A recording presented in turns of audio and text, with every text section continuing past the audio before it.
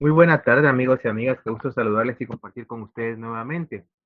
Como ustedes saben, eh, pues el día de hoy, al finalizar los dos periodos de clase, vamos a estar realizando el examen parcial correspondiente al segundo parcial extemporáneo para aquellos que lo solicitaron conforme el normativo lo establecía.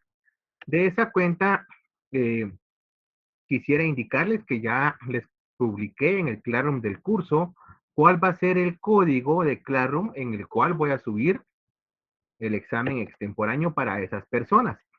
De la misma manera, eh, también indicarles que ya les he publicado cuáles son las instrucciones, tal como ustedes pudieron ver en Classroom, el código es EDDAUKT. Ingresan a ese código, el examen pues lo vamos a estar publicando. Eh, Creería yo que lo vamos a publicar a las 8:20, 8:25 y vamos a dar inicio a las 8:30, ¿sí? Esto para no afectar el segundo periodo de clase con la siguiente sección y que también pues aquellas personas que se lo van a realizar tengan el tiempo suficiente para poder salirse de clase e ingresar a realizar el examen extemporáneo. De la misma manera, el día viernes por la tarde-noche van a estar publicadas sus notas correspondientes al segundo parcial. Ya con ello, ustedes van a tener pleno conocimiento si tienen derecho a examen o si por el contrario, pues lamentablemente no lo tienen, ¿verdad? Eh, Ojo, las notas se van a publicar tal cual es la nota que ustedes han sacado en el examen mismo. Ya la siguiente semana, pues estaré revisando lo que son las asistencias, lo que es la participación en clase, lo que es la entrega de trabajos, tareas y laboratorios. Ojo, solo para aquellas personas que por ahí les falten un par de puntos para poder llegar a los 31. ¿Sí? No sé si hasta acá alguien tiene alguna duda, tiene alguna pregunta.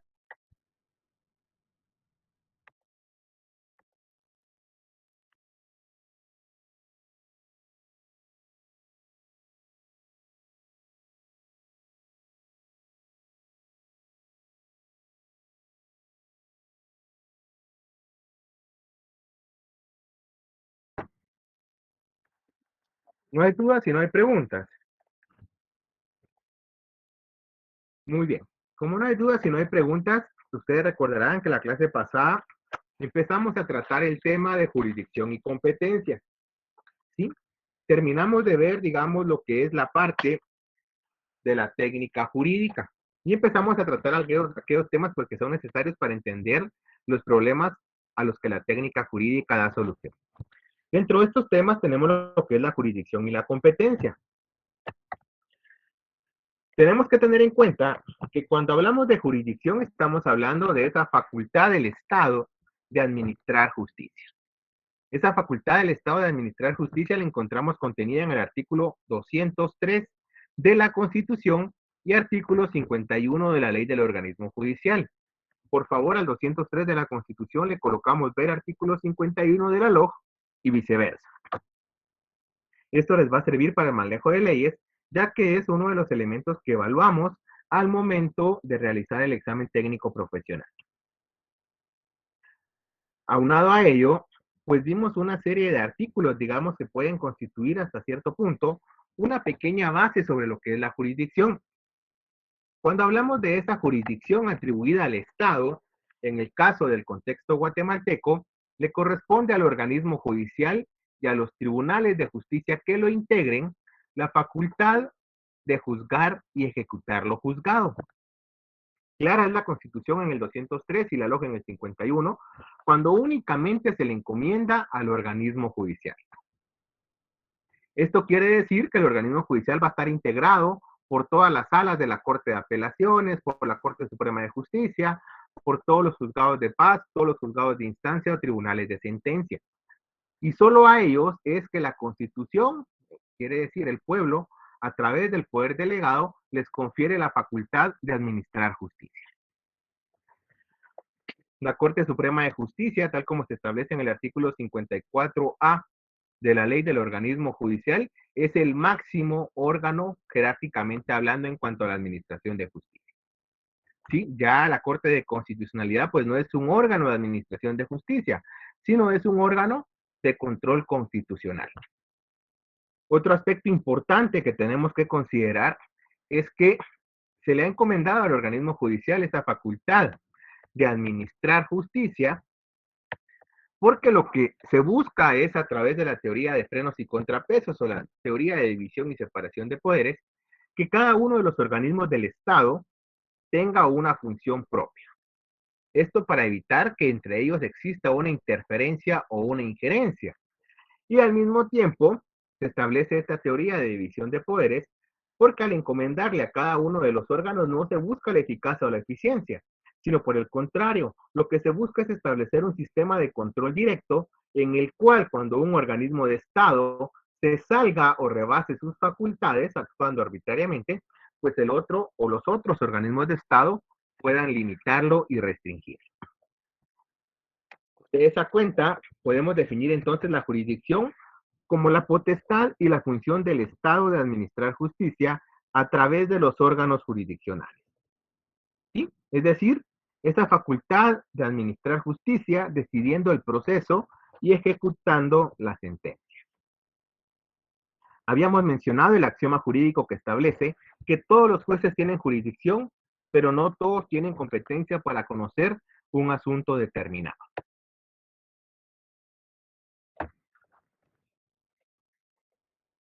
Lilian Maribel, ¿a qué nos referimos con este axioma jurídico? ¿Qué entiendes tú de ello?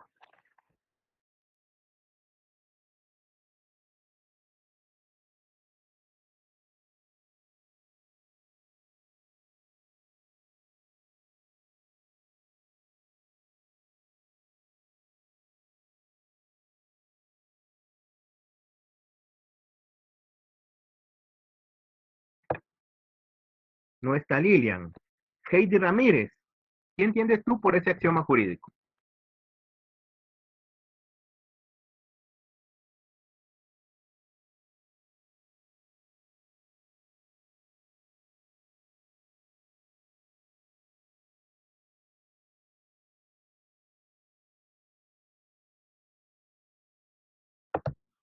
Tampoco pareciera que está Heidi. Jorge Mario, ¿a qué se refiere el axioma que dice que todos los jueces tienen jurisdicción, pero no todos tienen competencia para conocer determinado asunto? Yo entiendo, licenciado, que como dice que todos los jueces tienen jurisdicción porque todos pertenecen al organismo judicial, ¿no? Y eso es la jurisdicción en conclusión. Sin embargo, no todos los jueces tienen como que esa capacidad de conocer ciertas áreas. Entonces, cada juez ha de tener su propia área, me imagino yo. Por eso. Estamos bien, Jorge Mario, porque realmente, digamos, a todos los jueces, por el simple hecho de ser juez, sin importar que se sea juez de instancia, juez de paz, perteneciente a un tribunal de sentencia, un magistrado de la sala de la Corte de Apelaciones o de Corte Suprema de Justicia, pues a cualquiera de ellos en el rol que se desempeñen, se les ha encomendado esa facultad de administrar una justicia pronta y cumplida. ¿Sí? Esa facultad de juzgar y ejecutar lo juzgado. De esa cuenta, por el simple hecho de ser juez, se tiene esa facultad de administrar justicia. No obstante ello, no es que todos los jueces puedan conocer todos los asuntos, sino por el contrario, todos tienen esa facultad de administrar justicia, pero a cada juez en específico se le ha encomendado un asunto, un área territorial, una materia, una cuantía sobre la cual debe conocer. Eso quiere decir que no solo por el hecho de ser juez, yo puedo resolver todos los conflictos de intereses que se sometan a mi conocimiento, ya que tanto los códigos procesales como las leyes de orden procesal en distintas materias pues establecen algunos medios de defensa. Cuando un juez que no tiene la facultad para conocer determinado asunto lo está conociendo. En primer momento, pues está lo que es la excepción de incompetencia, ¿verdad? Cuando nosotros le decimos al juez que él no es competente, no se encuentra habilitado o autorizado para conocer determinado asunto por X o Y motivo. Ya si el juez entra a conocer, pues podríamos ver el caso de los famosos antejuicios, ya que el juez estaría emitiendo resoluciones violatorias a la Constitución y al mismo tiempo se estaría atribuyendo calidades que no posee. Etimológicamente, jurisdicción proviene del latín jurisdictio, ¿Qué significa la acción de decidir el derecho?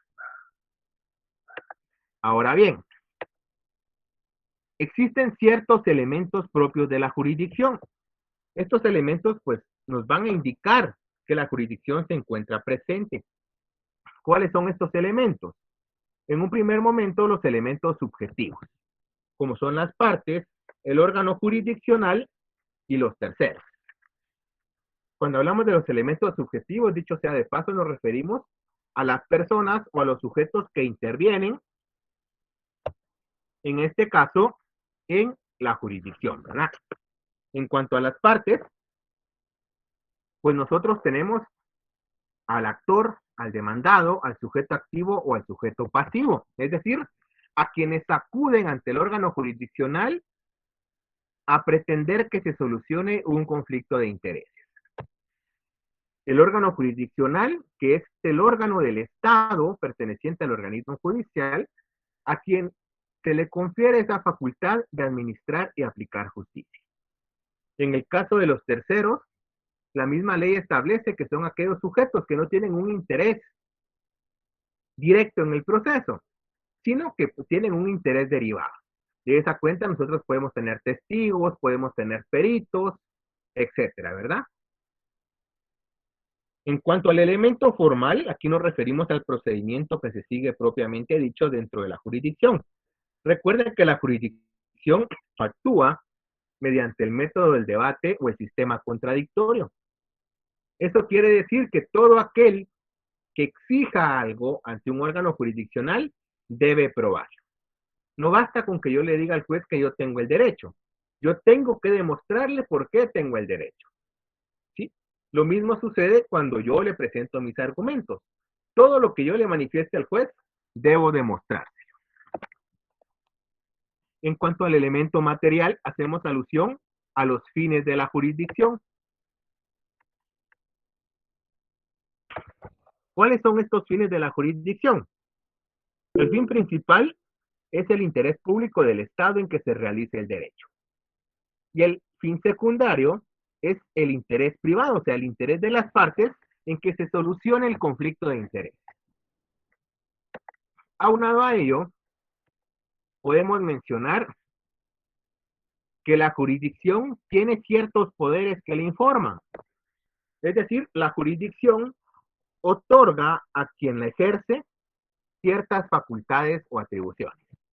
En un primer momento tenemos el poder de conocimiento o el notio. ¿En qué consiste el poder de conocimiento o el notio? Por medio de este poder de la jurisdicción, el juez está facultado para conocer los conflictos sometidos a él. ¿Sí? Obviamente esto atendiendo a la competencia, ¿verdad? Pero por el poder de conocimiento es esta facultad que se le otorga al juez de que pueda conocer según la competencia de un asunto que se ha sometido a él. Y de conocer y tramitar.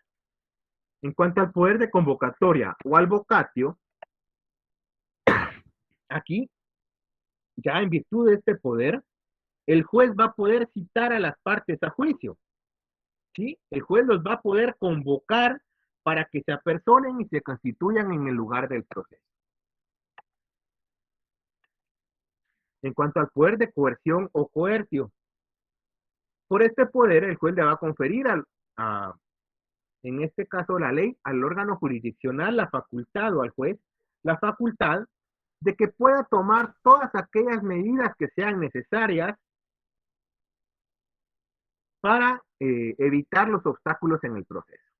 Es decir, la ley va a dotar al juez de todas las herramientas jurídicas pertinentes para evitar el atraso del proceso. O bien, que tengan como finalidad remover todos aquellos obstáculos que se oponen al cumplimiento y ejercicio de la jurisdicción. ¿Sí? En otras palabras, es esa facultad de compeler y apremiar por los medios legales a cualquier persona para que esté acorde a derecho. Si en algún momento, por ejemplo, el juez cita a las partes a debate o a una audiencia y las partes no comparecen, inmediatamente el juez los puede mandar a conducir por la fuerza pública para asegurar su presencia en el proceso. En el caso del poder de decisión o el judicium, el órgano jurisdiccional, en este caso el juez, va a tener la facultad de decidir el proceso. Es decir, va a consistir en esa atribución por medio del cual el juez resuelve el proceso con forma de cosa juzgada.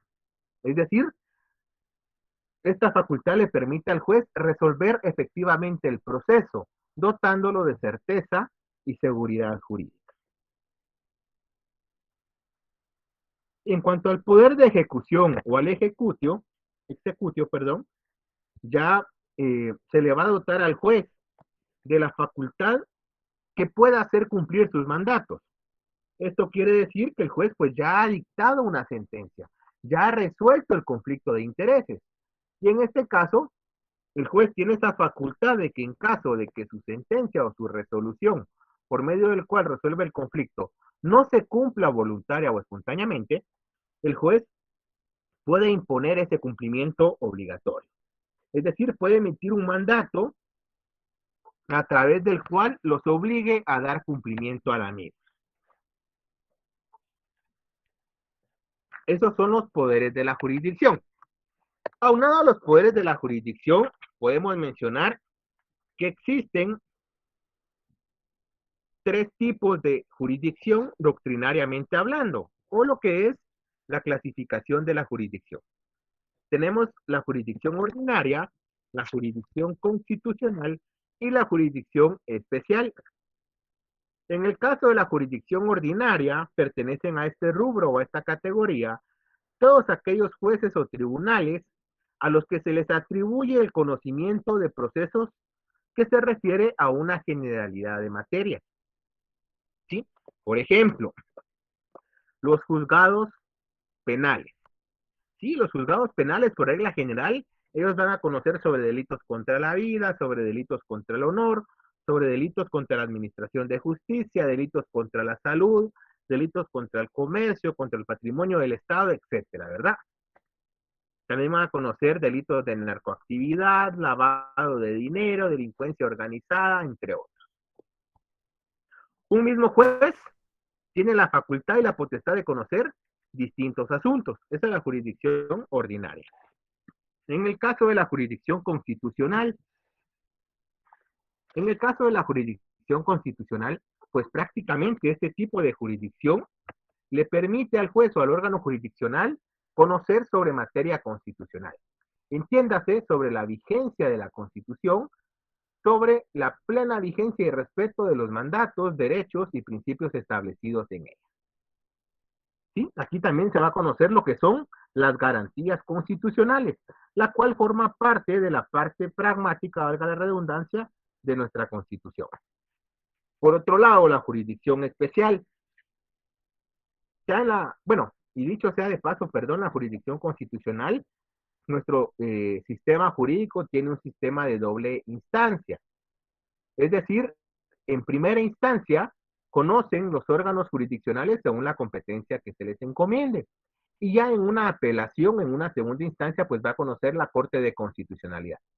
De la misma manera, también por el sistema que se sigue en Guatemala, se le permite a la Corte de Constitucionalidad conocer determinados asuntos en específico, como pueden ser las acciones constitucionales de amparo contra los organismos de Estado. En el caso de la jurisdicción especial, pertenecen a esta aquellos órganos o tribunales que se encuentran autorizados por la ley o por el derecho objetivo para intervenir únicamente en casos específicos. Es decir, no son como los tribunales de jurisdicción ordinaria que pueden juzgar una generalidad de materias, como es el caso de los civiles, ¿verdad? Los civiles ven lo que es algunos temas de la persona, algunos temas de la propiedad, los derechos reales, contratos, obligaciones, derechos sucesorios, etc. En el caso de la especial, la ley únicamente faculta que el juez conozca una materia en específico, como puede ser el caso de los juzgados o tribunales de femicidio. No obstante, el femicidio es un tipo penal perteneciente a la materia penal, la misma ley establece la creación de los juzgados específicos especiales de jurisdicción privativa en materia de femicidio. Otro ejemplo es el caso de Trabajo y Previsión Social, ¿verdad? El mismo Código de Trabajo establece que los juzgados que impartan justicia en esta materia serán de jurisdicción privativa, es decir, que únicamente van a resolver asuntos de esta materia. Aquí llegaríamos con lo que es la jurisdicción. No sé si alguno tiene alguna duda o alguna pregunta.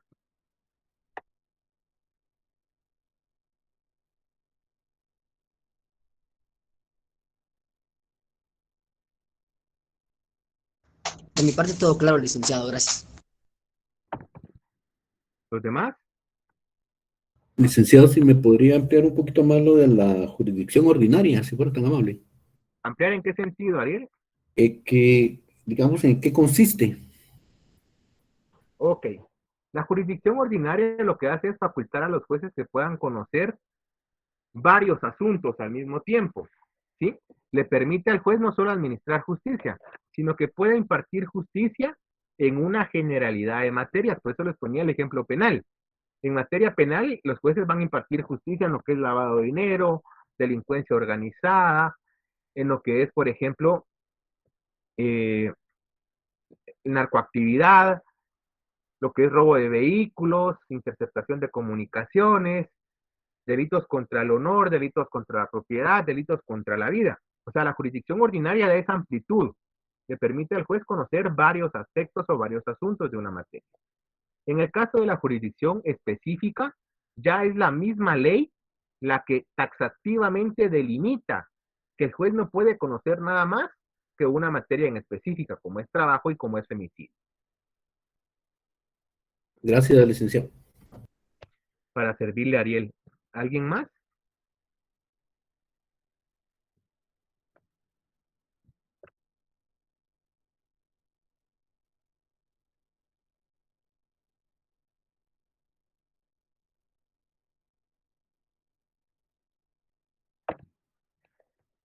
Muy bien, si no hay dudas, continuamos. Vamos a hablar ahora sobre lo que es la competencia. La competencia es parte de la jurisdicción, ¿sí? La competencia, tal como lo definen algunos autores, constituye el límite de la jurisdicción. Esto quiere decir que la competencia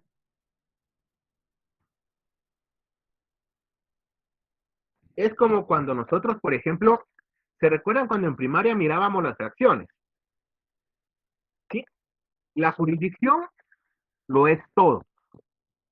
La jurisdicción lo es todo. Sí, es ese pastel enorme. La competencia es cada una de las porciones que integran ese pastel. De esa cuenta, la jurisdicción viene a ser esa gran facultad del Estado de administrar justicia e impartir justicia. La competencia se va a constituir como el límite de la jurisdicción. Eso quiere decir que va a ser aquella atribución por ley del conocimiento de una pretensión a un órgano jurisdiccional determinado, con preferencia y exclusión de todos los demás. En otras palabras, la competencia va a ser la atribución específica del juez. El juez tiene jurisdicción para impartir justicia, pero únicamente lo puede hacer dentro del ámbito de su competencia. ¿Y cuál va a ser su competencia? Su competencia va a estar limitada a un asunto, a una materia, a un monto económico, a un territorio, etcétera. De esa cuenta, podemos decir que la competencia es la medida de la jurisdicción asignada a un órgano del Poder Judicial. Esto para poder conocer determinados asuntos, ¿sí? La ley del organismo judicial establece que es obligación del juez determinar su competencia en los casos sometidos a su conocimiento. Esto quiere decir que cuando se le plantea al juez un conflicto de intereses o una controversia, el mismo juez debe hacer un examen de la misma para establecer si él se encuentra habilitado, autorizado, o si dentro de su competencia le es permitido conocer y resolver determinado asunto. Por ejemplo, los juzgados de primera instancia penal únicamente pueden ver materia penal. Los juzgados de primera instancia civil conocen materia civil y mercantil. Los juzgados de trabajo conocen trabajo y previsión social. Los juzgados de familia únicamente conocen familia. Los juzgados en materia tributaria solo lo relacionado con tributos. ¿Sí? El juzgado, por ejemplo, de primera instancia penal de trata de personas, solo ese tema ve. Los juzgados de femicidio sucede exactamente lo mismo. Eso quiere decir que yo no puedo ir ante un órgano, por ejemplo, del ramo penal, a presentar una denuncia por femicidio. ¿Sí? Y en su caso, si yo lo hiciera equivocadamente y acudo ante el órgano de primera instancia penal, narcoactividad y delitos contra el ambiente a presentar una denuncia por un caso de femicidio, el juez tendría que rechazarlo. Un juez penal no puede entrar a conocerlo, porque hay un juez que tiene esa competencia en específico. ¿Sí? Si yo presento ante un juzgado civil un divorcio, el juez civil lo va a rechazar, porque el juez está obligado a determinar que él no es competente para ese asunto, sino que por el contrario corresponde a un juzgado de familia. Ahora bien, en cuanto a la competencia, nosotros ya dimos lectura a lo que es el artículo 62, 94, 116 y 119 de la ley del organismo judicial. Yo les pediría, por favor, que los volvamos a leer más despacio en casa. Analicémoslos y entendamos qué es lo que nos están planteando estos artículos de la ley del organismo judicial.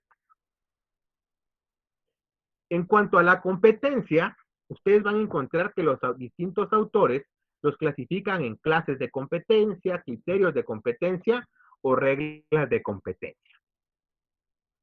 Un aspecto importante que tenemos que tener presente es que la facultad jurisdiccional o la jurisdicción es impuesta por la Constitución al organismo judicial.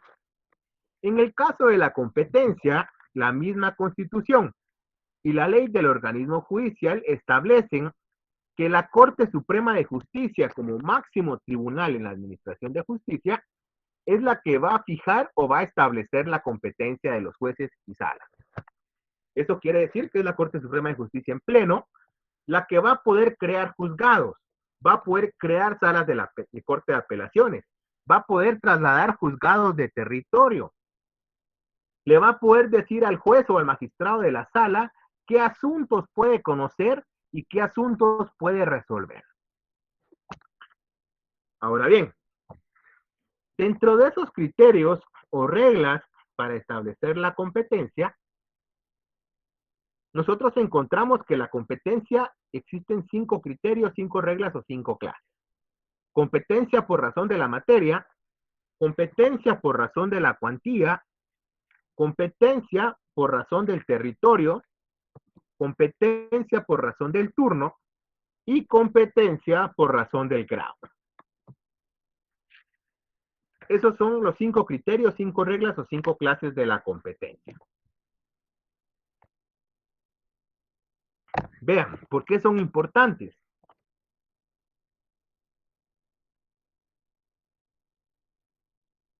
Son importantes porque cuando nosotros vamos a presentar una demanda, cuando nosotros vamos a presentar una denuncia o vamos a entablar un proceso, nosotros tenemos que establecer ante qué juez lo vamos a presentar. ¿Sí? No hay nada más que la ley que nos diga qué juez es el competente. Con ustedes llega a su oficina profesional su cliente, le cuenta su problema y le dice qué podemos hacer. ¿Sí? Ustedes le dan la solución. Y al momento en que ya van a presentar la demanda, tienen que dirigir la demanda ante el juez que está habilitado para conocer y resolver ese asunto. Dicho sea de paso, si yo presento una demanda o entablo un proceso ante un juez que no es el idóneo o que no es competente, yo puedo perder mis derechos y puedo salir perjudicado. Imagínense que yo presente una demanda donde yo le estoy cobrando a mi patrono mi indemnización y mis prestaciones de ley, pero yo la presento ante un juez civil.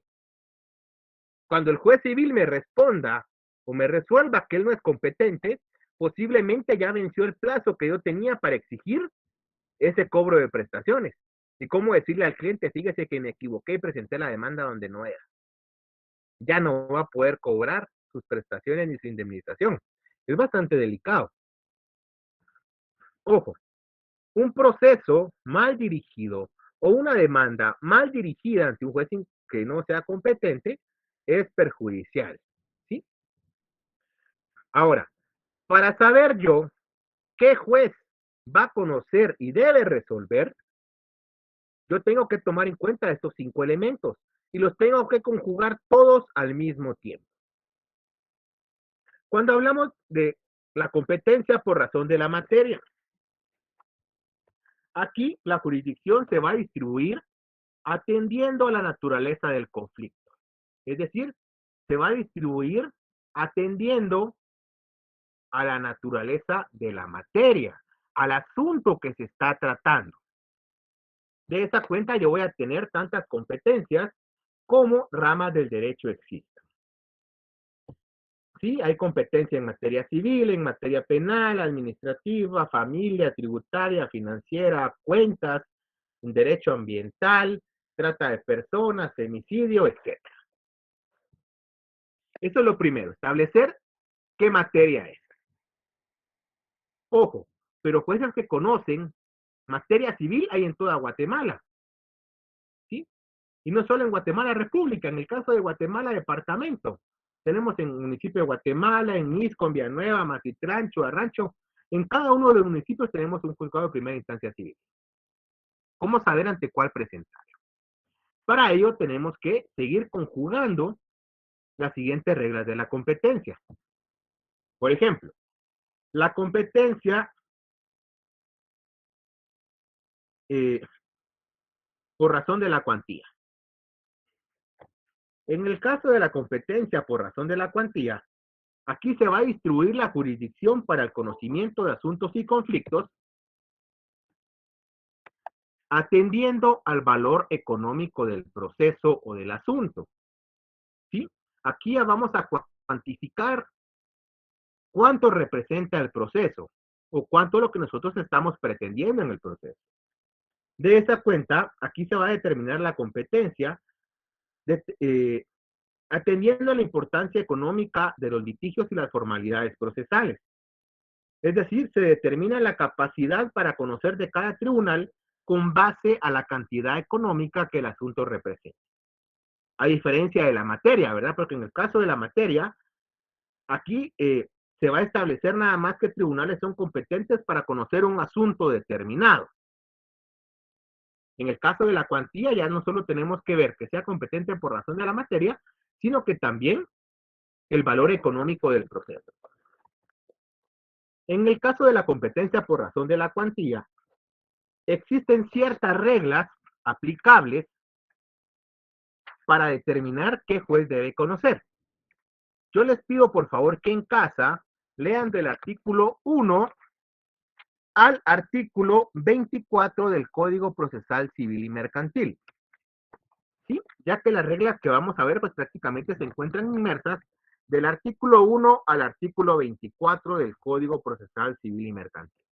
Y ojo, el Código Procesal Civil y Mercantil sirve de base para la materia tributaria, para la materia administrativa, incluso para el mismo derecho de trabajo, para derecho mercantil, etcétera, ¿verdad?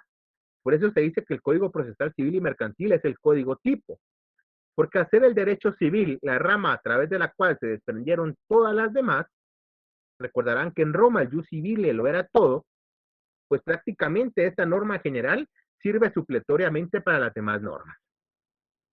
Por eso es que vamos a leer en casa del 1 al 24 del Código Procesal Civil y Mercantil.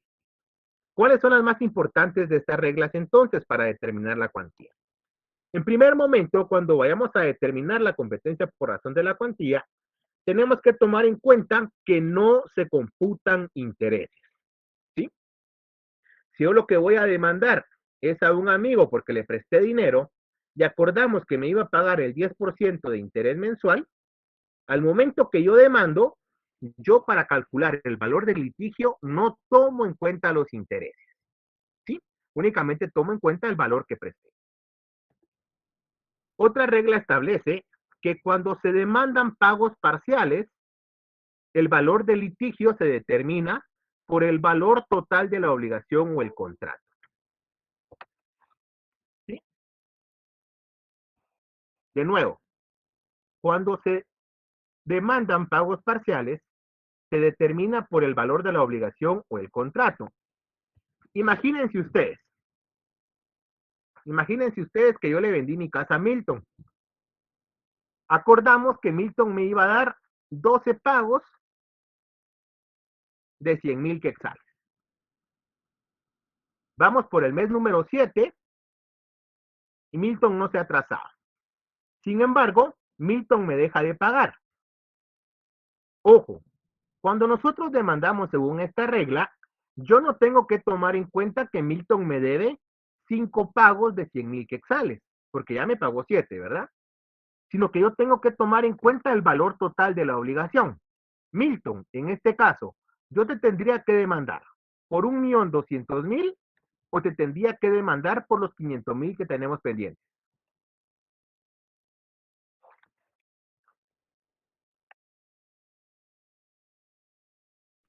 Según entiendo, tendría que ser por el valor del contrato, La cantidad, no por ¿cuál es, lo que Milton? esté. En este caso, ¿cuál sería? Tendría que ser el 1.200.000, porque eran 12 pagos de 100.000 el contrato original. 1.200.000. Por eso dice, cuando se demandan pagos parciales, o sea, la parte ya cumplió pagando una cantidad o ciertos pagos, lo que tiene pendiente es una fracción, ¿verdad? Aquí tenemos que tomar en cuenta no lo que debe a la fecha, sino la totalidad de la obligación o el contrato. Y si en este caso, Milton, hubiéramos pactado 12 pagos mensuales de 100,000 quetzales por un año, con un interés del 10%, sucede lo mismo, porque igual estas reglas tenemos que conjugarlas todas al mismo tiempo.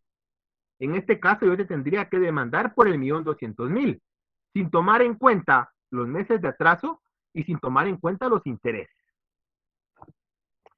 Ahora, otra regla establece que si son varias pretensiones, se determina por el monto total del grupo. Por ejemplo, supónganse ustedes que yo voy manejando en estado de ebriedad. Y manejando en estado de ebriedad, yo colisiono la casa de don Ariel. Al colisionar la casa de don Ariel, pues mi vehículo traspasó la pared y al momento de traspasar la pared, pues no solo provoqué daños a la propiedad, ¿sí?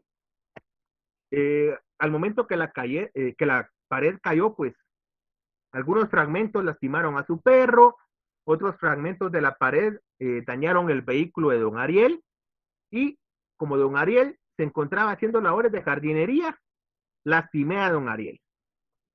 Si se dan cuenta, aquí hay varios asuntos, hay varias pretensiones.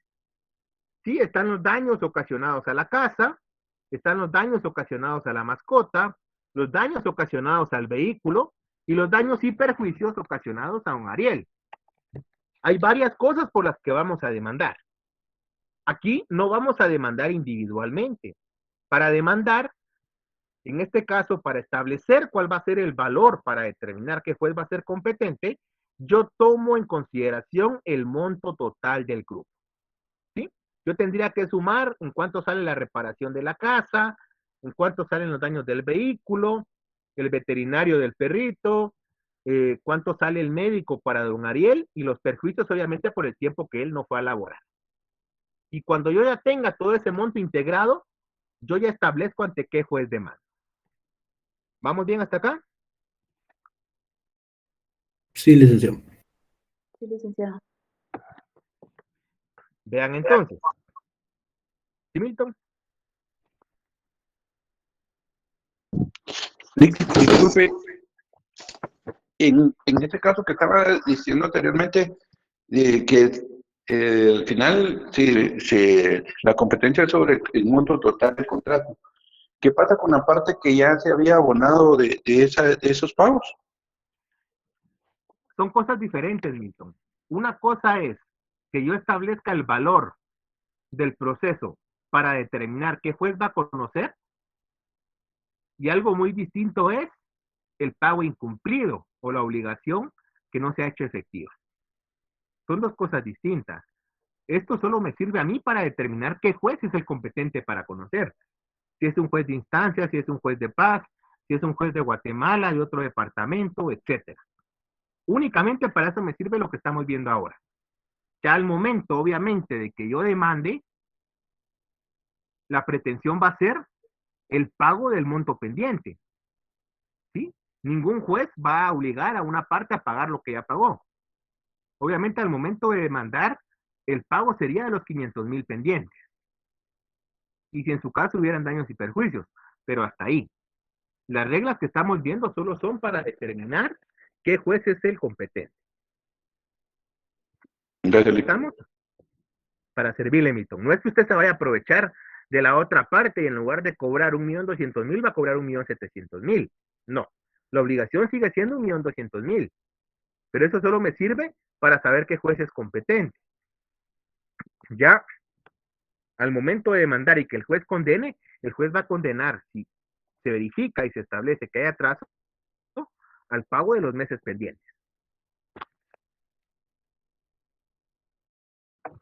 La siguiente regla de la cuantía nos dice que cuando se trate de rentas o prestaciones periódicas, aquí se va a determinar la cuantía por el importe anual.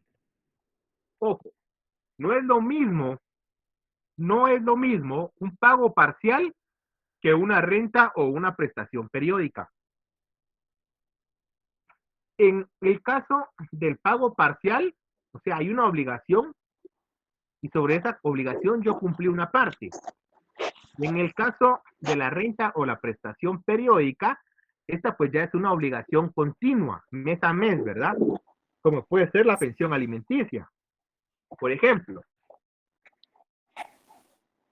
cuando se va a demandar, por ejemplo, a que el padre pague los 3 meses que debe de pensión alimenticia, aquí estamos hablando de una prestación periódica, de una obligación que se cumple cada determinado tiempo en el transcurso del tiempo, ¿verdad? De esa cuenta, en el caso concreto, si la madre va a demandar al padre por 3 meses atrasados que tiene de pensión alimenticia, supongamos que la pensión alimenticia, solo Carlos, vamos a apagar el micrófono. Supongamos que la pensión alimenticia fuera de 2,000 mensuales y el padre debe 3 meses. ¿Por cuánto vamos a demandar? ¿Vamos a demandar por los 6,000 quetzales? ¿O vamos a demandar por los 24,000 quetzales? Por los 24,000 quetzales. Por los 24,000 quetzales, porque como es una renta o una prestación periódica, tenemos que hacer el cálculo al importe anual. En el otro caso, Milton, era al valor de la obligación o el contrato en su totalidad. Aquí solo es al importe anual.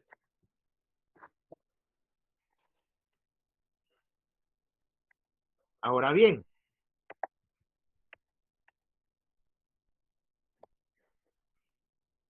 estas son las reglas más importantes, ¿sí?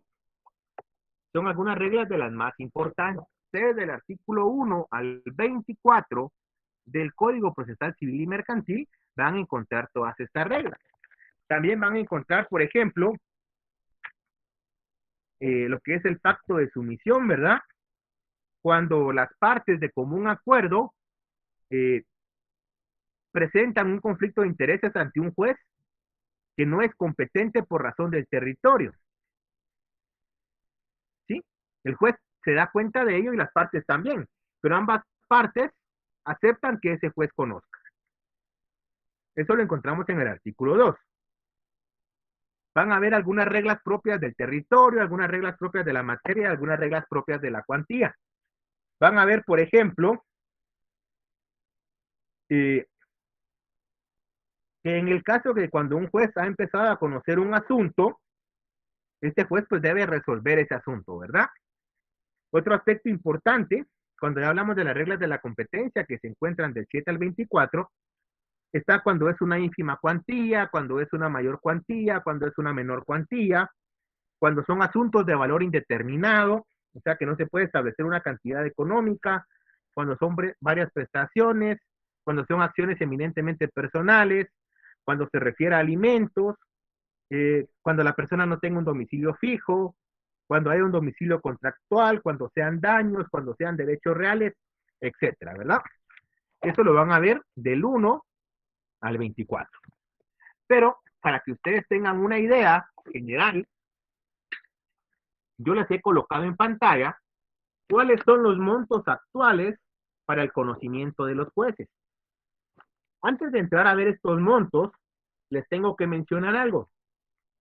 Existen tres tipos de cuantía: ínfima cuantía, menor cuantía y mayor cuantía. La ínfima cuantía es la cantidad más baja que el juez puede conocer. La menor cuantía es una cuantía o una cantidad intermedia, y la mayor ya es una cantidad pues más proporcionada. Ojo, ¿cuándo sabemos qué cantidades integran cada cuantía? Esto va a depender de algunas circunstancias. Por ejemplo, el territorio. La regla general, y hoy sí me voy a lo que está en pantalla, es que los jueces de paz o los jueces menores de toda la República, estamos hablando de todos los municipios y todos los departamentos, los jueces de paz de toda la República conocen asuntos de ínfima cuantía.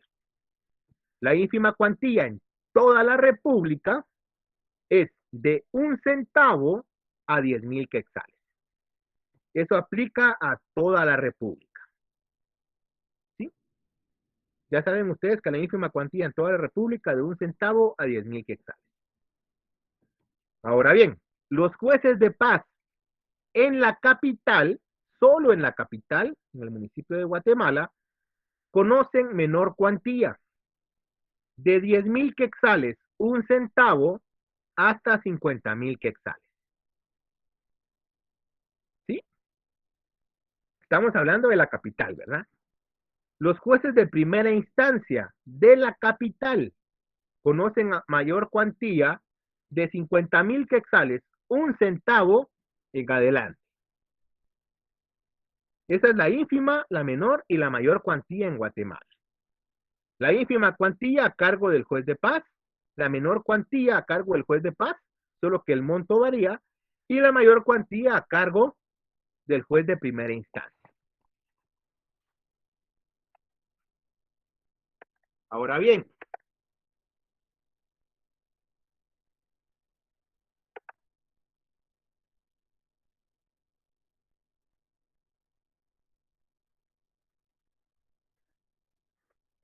¿qué sucede en los otros lugares que no es la capital?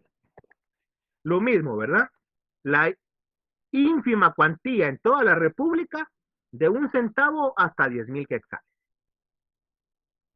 Ahora, los jueces de paz de las cabeceras departamentales, salvo la capital, y los jueces de paz de los municipios de Misco, Amatitlán, Villanueva, Coatepeque, Santa Lucía, Cotzumalguapa, Malacatán, Ichihuán, Santa María Nevac, Coptún y Santa Eulalia, van a conocer menor cuantía de 10,000 quetzales 1 centavo hasta 25,000 quetzales. ¿Sí? Es decir, no solo los municipios que les enuncié, sino también las demás cabeceras, a excepción de la capital. En el caso de los jueces de primera instancia de las cabeceras departamentales, salvo la capital, y de los jueces de primera instancia de los municipios de Misco, Amatitlán, Villanueva, Coatepeque, Santa Lucía, Cotzumalguapa, Malacatán, Ichihuán, Santa María Nevac, Poptún y Santa Eulalia, van a conocer mayor cuantía de 25,000 quetzales, 1 centavo en adelante.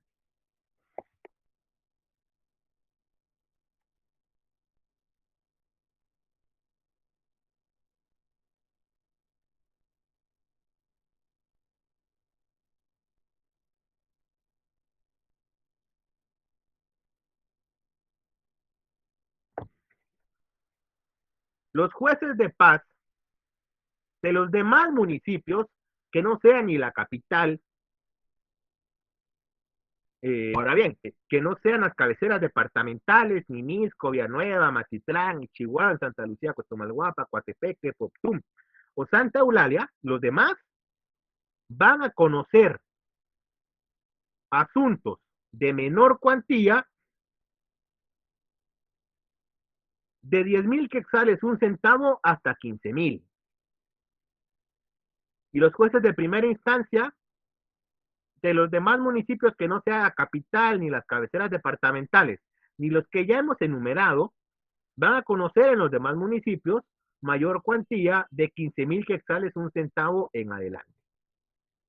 ¿Sí? Ya saben que los jueces de paz en toda la República también conocen ínfima cuantía de un centavo hasta 10,000 quetzales. Hasta acá, ¿hay alguna pregunta o alguna duda?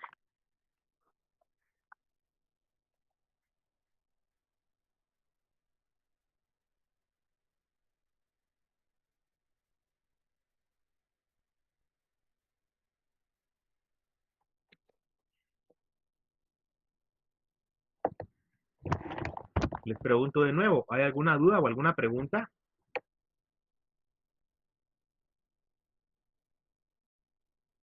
Por mi parte, todo claro, licenciado. Gracias. Todo claro, licenciado. Muy bien. Karina. ¿Está Karina?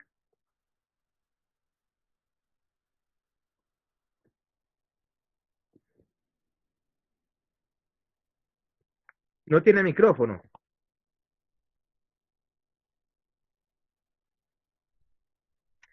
Bueno, Bridget,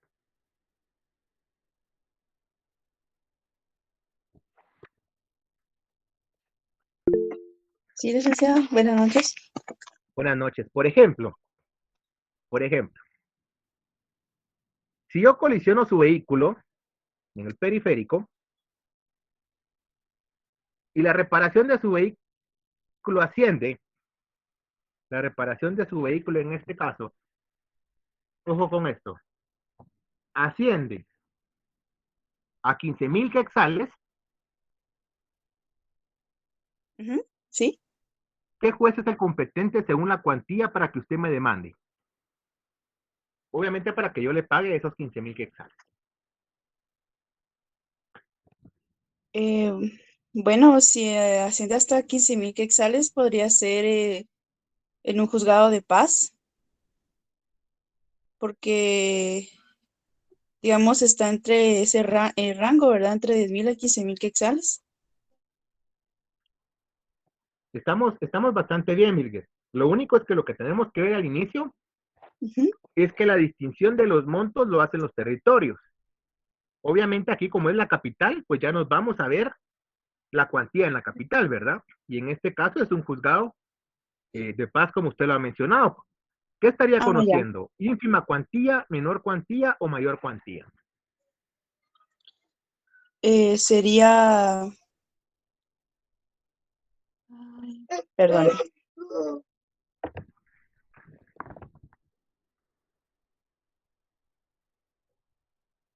sería menor cuantía. Menor cuantía, porque en la capital los jueces de paz pueden conocer desde 10,000 quetzales un centavo hasta 15,000. Ujú. Gracias, Lili, que te agradezco mucho. Gracias, licenciado. Víctor Haroldo,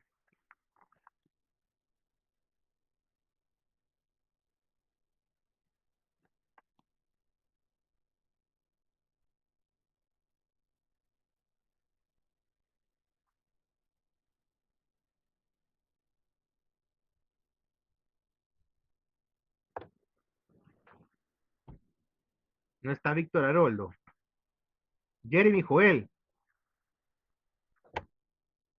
Dígame. en el supuesto de que te contratara como mi abogado, porque te comento que yo le alquilé un apartamento a un amigo, el apartamento se encuentra ubicado en el municipio de Misco, en la zona 8 de Misco, Ciudad San Cristóbal. Yo le alquilé el apartamento a mi amigo a 5,000 quetzales mensuales. Sin embargo, a la presente fecha, él me debe 2 meses y no me ha pagado. Atendiendo a la cuantía, ¿ante qué juez presentaría la demanda? ¿De cuánto dijo la cantidad? 5,000 quetzales.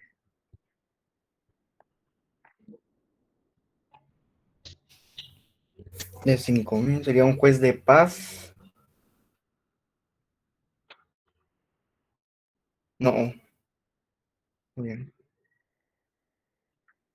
Jeremy, primero, para que te sea más fácil, ¿cuál es el monto de la cuantía del proceso en el caso concreto? O sea, ¿por qué cantidad se debería tomar en cuenta para presentar la demanda? Dijimos que esas 5,000, entonces sería anual, si no estoy mal. O sea, aquí tenemos que aplicarle reglas. Nelson, estamos mal. No serían 10,000 quetzales. Porque recuerden que cuando son rentas o prestaciones periódicas, tal como lo dijo Jeremy, se computa el monto anual. En este caso, serían 60,000 quetzales. ¿Sí? Ujú. Ya sabemos que la cuantía es 60,000 quetzales. ¿Ante qué juez lo presentarías? Sería de primera instancia, ¿no? ¿Por qué primera instancia? Me dijo que era en Misco. Sí. Se supone que en Misco va de 25,000 en adelante. Entonces, como aquí son 60,000, Entonces la respuesta correcta sería que demandarías ante un juez de primera instancia del municipio de Misco, departamento de Guatemala. así sería. ¿Sí? Porque recordate que no por ser primera instancia la cuantía es la misma. Varía según los territorios. Tenemos que ser bastante específicos, pero estamos bien. Estamos bien.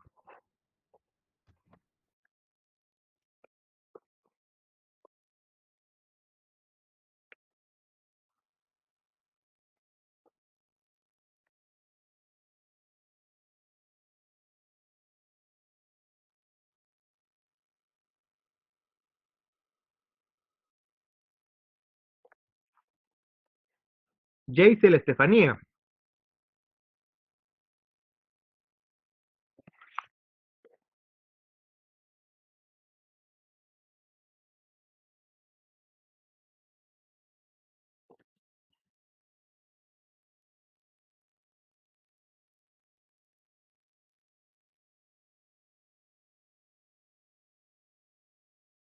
No está Jaisel Estefanía.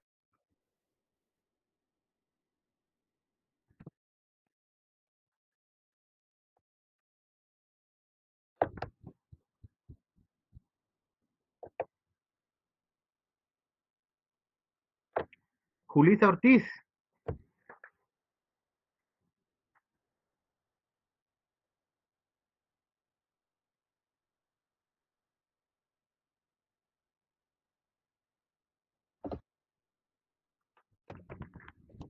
Tampoco está Yulisa. Juan Alnordo Joder López.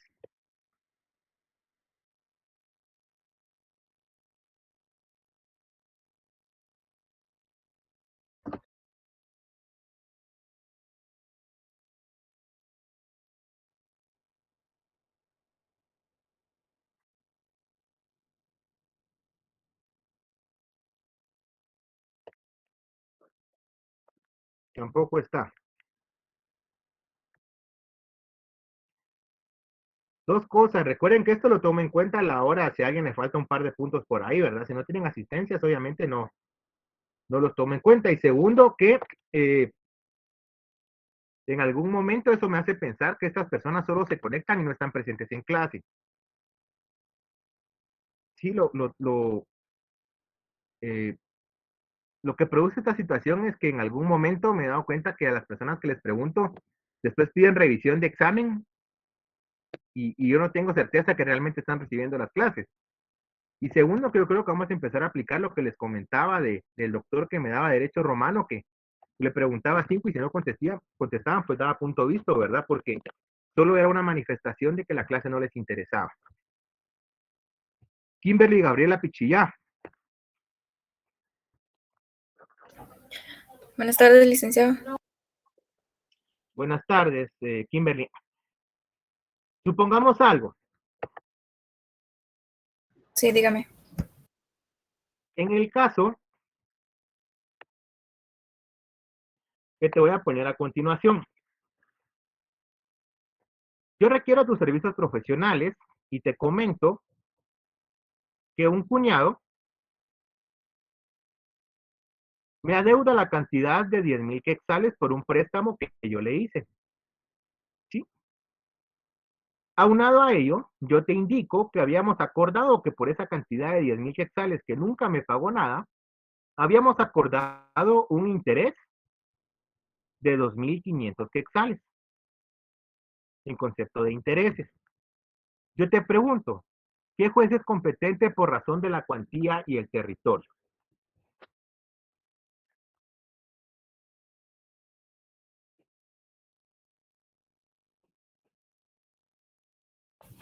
¿Cuánto eran los intereses, licenciado? La cantidad del préstamo eran 10,000 quetzales. Los intereses eran 2,500 quetzales anuales. Y el préstamo lo hicimos en la ciudad capital.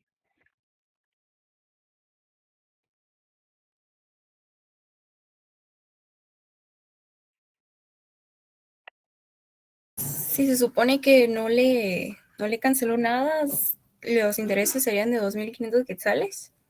Entonces, anualmente serían 75.000 quetzales, por lo cual tendría No, los usted... intereses son anuales.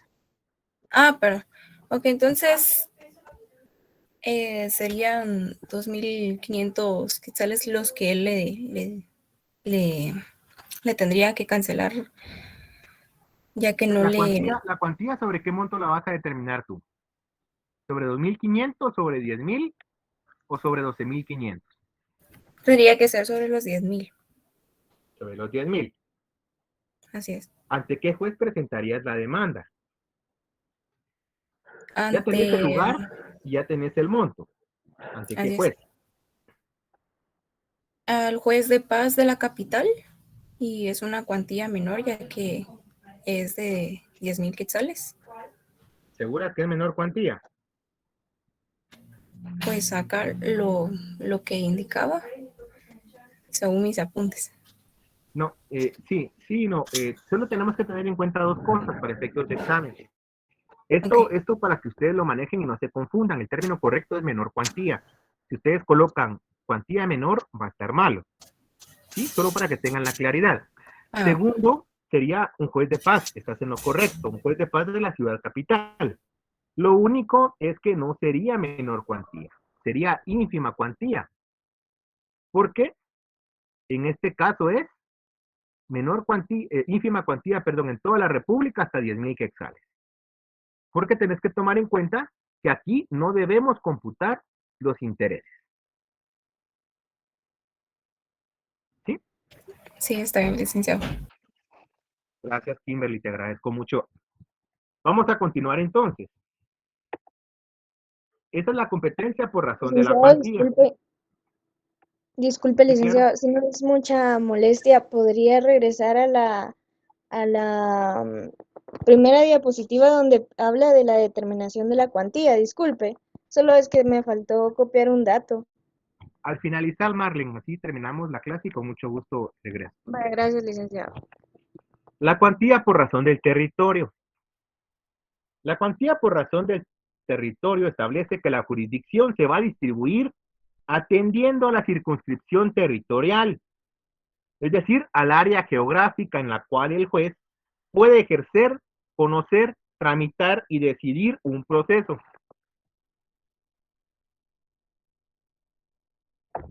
¿Sí? Esto para tener una mejor administración de justicia, ¿verdad? Entonces, por razón del territorio, también existen ciertas reglas que nosotros las encontramos del artículo 7 al 24 del Código Procesal Civil y Mercantil. ¿Cuáles son las reglas más importantes? Por ejemplo,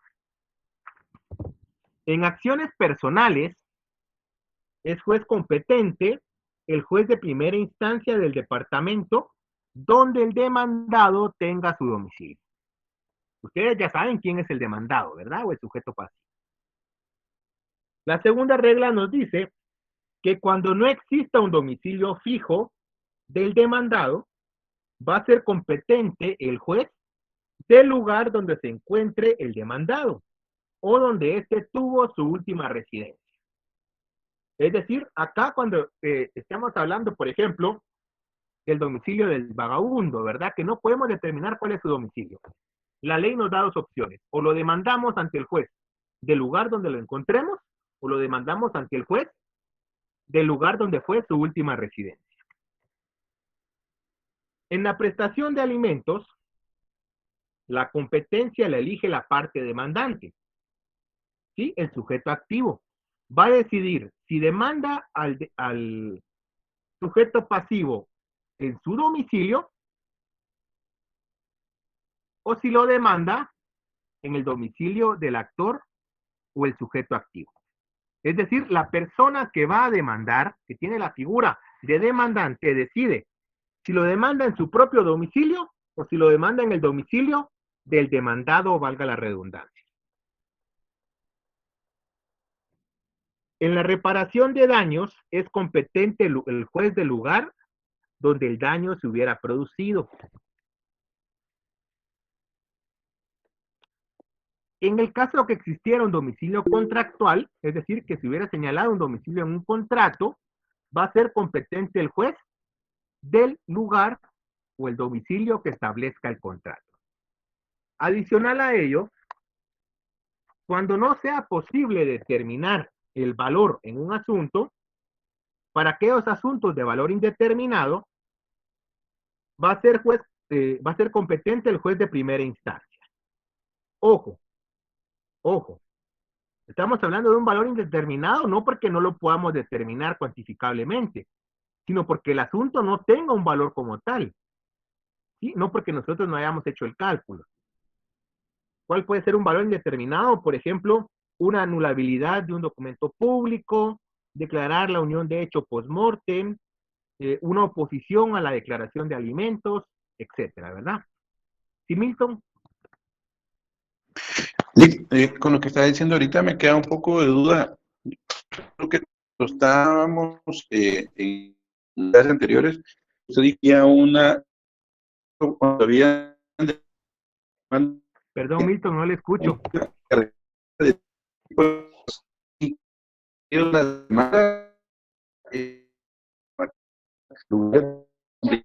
Milton, si pudiera repetir porque no le escuché nada de lo que me dijo. No llegar a poder ver esa demanda. Entonces, Perdón, Milton, no se le me parece. escuchó, podría repetir. Sí, yo recuerdo que en una clase anterior usted mencionó de que había un FED que compraba bases de datos de deudores. Varios bufetes De se gente que, dedican a eso. ajá, y que ellos ponían las demandas en vía canales, en Amatitlán, en lugares lejanos, A Miguel para que el Pizarro. demandado no pudiera llegar. Entonces, me queda un poco de duda con estas razones aquí que usted está mencionando ahorita. Pero ¿cuál es la duda? Porque, digamos, por ejemplo, yo tuviera un problema con una tarjeta de crédito, a mí me tendrían que demandar aquí en la capital. ¿Eso según Yo, quién y según qué? según lo que dice las razones de territorio, porque dice donde yo tenga mi domicilio o donde se hubiera causado el daño. Pero es que el hecho que usted le deba a un banco no es daño. Tampoco constituye una acción personal. No es alimentos. No es domicilio del vagabundo. No, Milton, yo creo que estamos confundiendo un poquito. Le voy a aclarar. Sí existen bufetes como el caso de Novales. Ellos compran carteras de crédito. Los bancos o las financieras tienen ya ciertas carteras incobrables, ¿verdad? Obviamente hay un axioma jurídico que dice que el que no tenga con qué pagar es como que no debiera nada. Y tampoco hay prisión por deuda, ¿verdad? Entonces, a lo que queremos llegar es que estos bancos, supónganse que el Banco Industrial tenga una cartera de deudas incobrables por 1 millón de quetzales. Viene el Banco Industrial y como no pudo cobrar porque las personas no tienen para pagar, negocian con Novales. Y el Banco Industrial le vende a Novales a 400,000 esa cartera de 1 millón. ¿Sí? Novales invirtió 400,000. Obviamente por eso cuando a ustedes los llaman casi que los maltratan. Yo no sé si les ha pasado. Yo he atendido varios casos de personas que en algún momento tienen alguna deuda con tarjeta de crédito y llaman de casas de cobros o de bufetes maltratándolos, amenazándolos, casi que extorsionándolos para que paguen. Esto sucede porque la ganancia del bufete o la ganancia de la casa de cobro es lograr el pago. Obviamente, para que ellos les traiga cuenta, ellos tienen que superar los 400,000 quetzales que ya invirtieron. Si el industrial le vende una cartera de 1,000,000 a 400,000 quetzales y el bufete recupera 700,000, ya tuvo 300,000 de ganancia. ¿Me explico? ¿Qué pasa acá, Milton? Cuando usted saca una tarjeta de crédito, usted firma un contrato de tarjeta de crédito, ¿sí? Contrato de cuenta corriente a crédito, así se le llama en el derecho mercantil. Cuando usted firma ese contrato, usted renuncia a su domicilio y acepta que ellos lo demanden donde quiera. Entonces, si se da cuenta, no hay ninguna contradicción o confusión.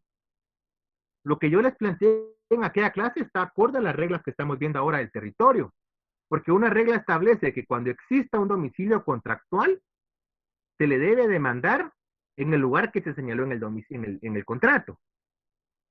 Pero si usted en su contrato de tarjeta de crédito, de cuenta corriente, lo que hizo fue renunciar a su domicilio y aceptó que ellos lo demandaran donde quisiera, o sea, prácticamente todo está en regla. No hay nada contrario a la ley ni contrario a lo que establecen las reglas de la competencia.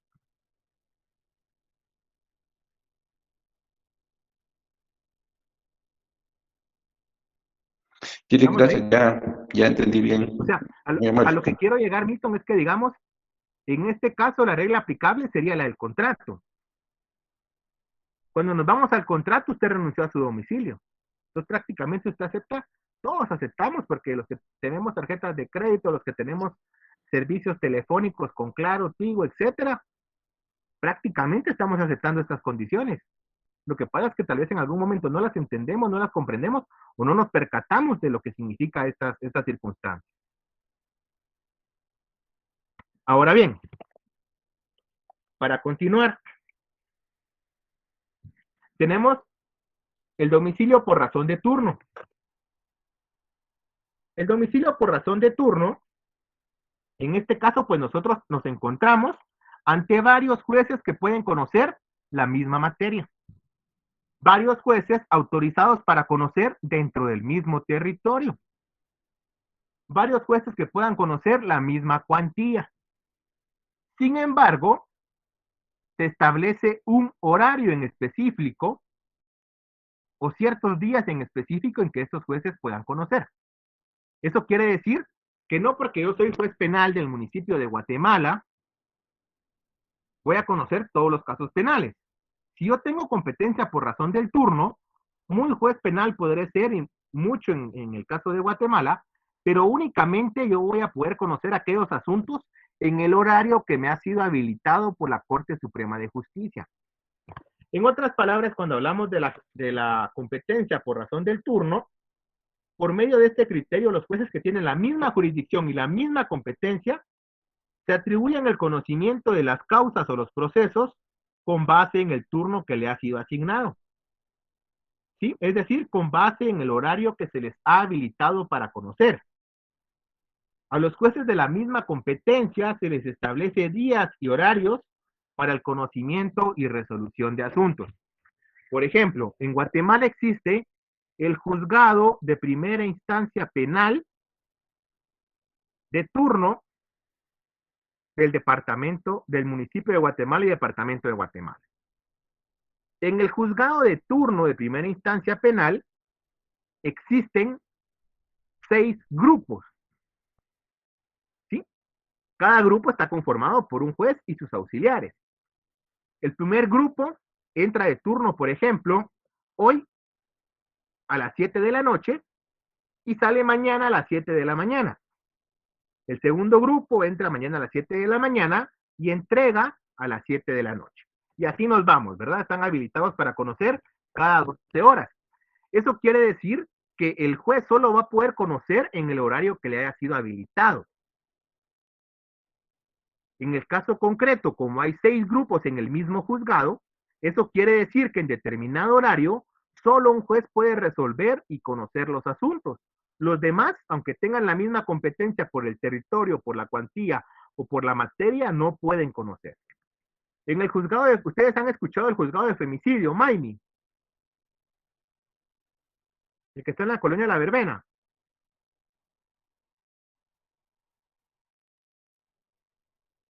Este juzgado de femicidio tiene 6 grupos. El grupo A, grupo B, grupo C, grupo D, E y F. En el horario en que está facultado el grupo A, no puede conocer el juez B, y así sucesivamente. Es decir, el juez solo va a poder conocer atendiendo a los días y los horarios que se les ha habilitado. La competencia por razón del grado. Como ya vimos en el sistema guatemalteco, tenemos un sistema de doble instancia. Atendiendo a la jerarquía por razón del grado, prácticamente pues es un criterio funcional de la competencia, que establece la competencia por etapas del proceso. ¿Sí?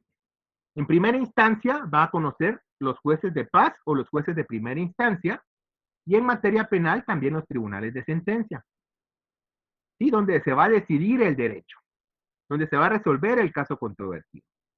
En segunda instancia va a estar a cargo de las salas de la Corte de Apelaciones y aquellos tribunales de igual categoría, como pueden ser el Tribunal de Segunda Instancia de Cuentas, el Tribunal de Conflictos de Jurisdicción, las Cortes Marciales,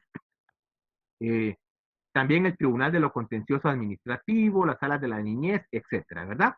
Ellos tienen como facultad revisar lo actuado por el juez de primera instancia. Esa es la competencia. La siguiente clase vamos a hacer un repaso a la jurisdicción, a la competencia, vamos a ver otros casos prácticos y vamos a empezar a ver los problemas de la técnica jurídica. Vamos a empezar a hablar de la vigencia, vamos a empezar a hablar de lo que es la interpretación, la integración y el conflicto de ley. Nos queda todavía la clase del viernes, la clase del siguiente miércoles y la clase del último viernes, ¿verdad? Antes de nuestro examen, que como ustedes saben, el examen está programado para el 17 de noviembre a las 6 de la tarde. Entonces, amigos, hasta acá hemos llegado el día de hoy. Yo les pediría que hoy no es necesario que dejemos nuestra asistencia. Únicamente si hubieran dudas, por favor, las dudas las vamos a resolver la siguiente clase. Y por favor, tenemos que tomar en cuenta que en el caso de la jurisdicción y la competencia, son aspectos que se evalúan al mismo momento. Es decir, para determinar qué juez es competente, yo tengo que saber e integrar la competencia por materia, por cuantía, por turno, por grado y por territorio, al mismo tiempo. ¿Sí? ¿Hay alguna duda, alguna pregunta? Y si no, de igual manera la solucionamos la siguiente clase. Sí, disculpe, licenciado, ¿dónde dijo que podíamos consultar esto? Del artículo 1 al 24 del Código Procesal Civil y Mercantil. Perfecto, muchísimas gracias. Para servirles. Marlen, no es necesario que dejen sus datos el día de hoy. Entonces, amigos, ha sido todo. Los miro a la siguiente clase. Por favor, vayamos estudiando, vayamos repasando, porque el examen final sí ya viene con una carga práctica mucho mayor, ¿verdad? Les deseo una bendecida noche. Recuerden a los que tienen, por favor, a los que tienen examen parcial extemporáneo, yo les publiqué en Classroom del curso cuál es el código de Classroom al cual voy a subir el examen. El código es EDDAUKT. De igual manera, en el código Classroom de nuestra sección, encontramos este código para que podamos acceder. Pasen una buena noche, que descansen. Buenas noches, licenciado. Buenas noches, Feliz gracias. noche, licenciado. Feliz noche. Feliz noche. Gracias.